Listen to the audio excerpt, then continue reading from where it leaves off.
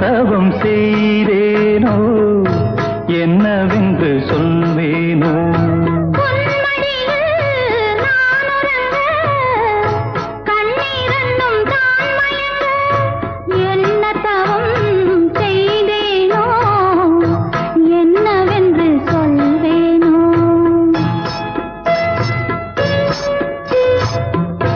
ஏழ் பிறப்பும் இணைந்திருக்கும் சொந்தம் இந்த சொந்தமம்மா, வாழ்விருக்கும் நாள் வரைக்கும் தஞ்சமுந்தன் நெஞ்சமம்மா.